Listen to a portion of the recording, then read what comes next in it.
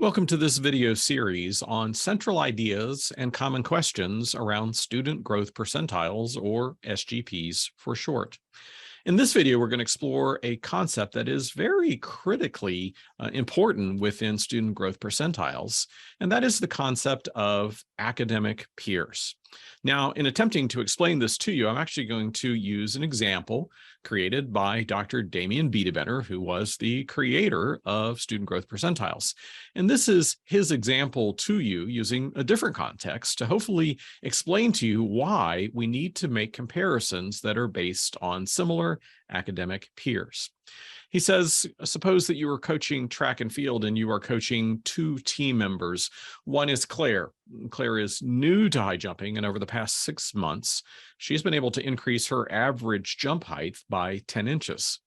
On the same team with Claire is Colleen, who is an expert high jumper. She has been to state and even national level competitions. And over the same time period, 6 months, she's been able to increase her average jump height by 3 inches. Now, if these are the participants that you are coaching and someone says to you, well, who grew more over the last 6 months? How do you respond?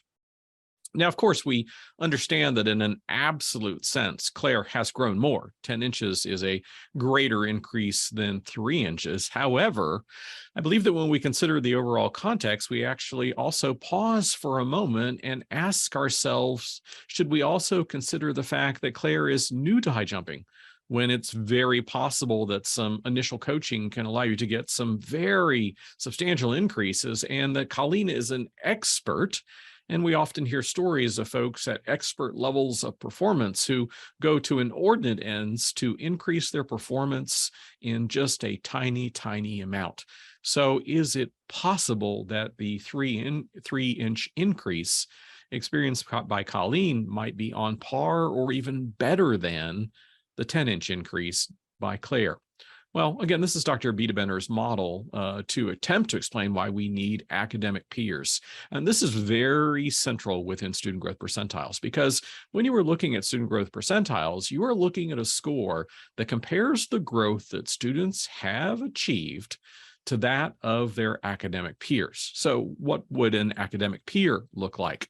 Now, I'm going to model simply using one example, but it could be an example pulled from any other grade level. But let's suppose that we are considering this student, Krista, who is enrolled in grade 7. Who then would be her academic peers? And another way of saying that is, who would she be compared against? Whose growth would her growth be compared to in calculating an SGP for her? Well, in the case of the SGP model, there are 2 required elements. One is we're going to compare Krista to other grade 7 students, not 12th graders, not 2nd graders, not even 6th graders. We will compare her growth to growth achieved by other 7th grade students. That's the first element. And the second element is we're only going to compare her growth to students who started out at roughly the same scale score point. So, of course, in STAR, there's a scale. In there, you see many references to scale score. So we're basically saying we're going to compare Krista to other kids who are in the same grade and who started out at roughly the same point, perhaps plus or minus just a point or two. Those then would be her academic peers. And the reason, I think, is apparent. If Krista were a very, very high-performing student, it would make the best sense to compare her to other very high-performing students. Similarly, if she were very, very low-performing, it makes sense to compare her to low-performing students. So in this sense, we are comparing students to others, again, in the same grade level, and are starting out at roughly the same point, meaning that they are basically on the same levels of performance, which makes for the best possible comparisons.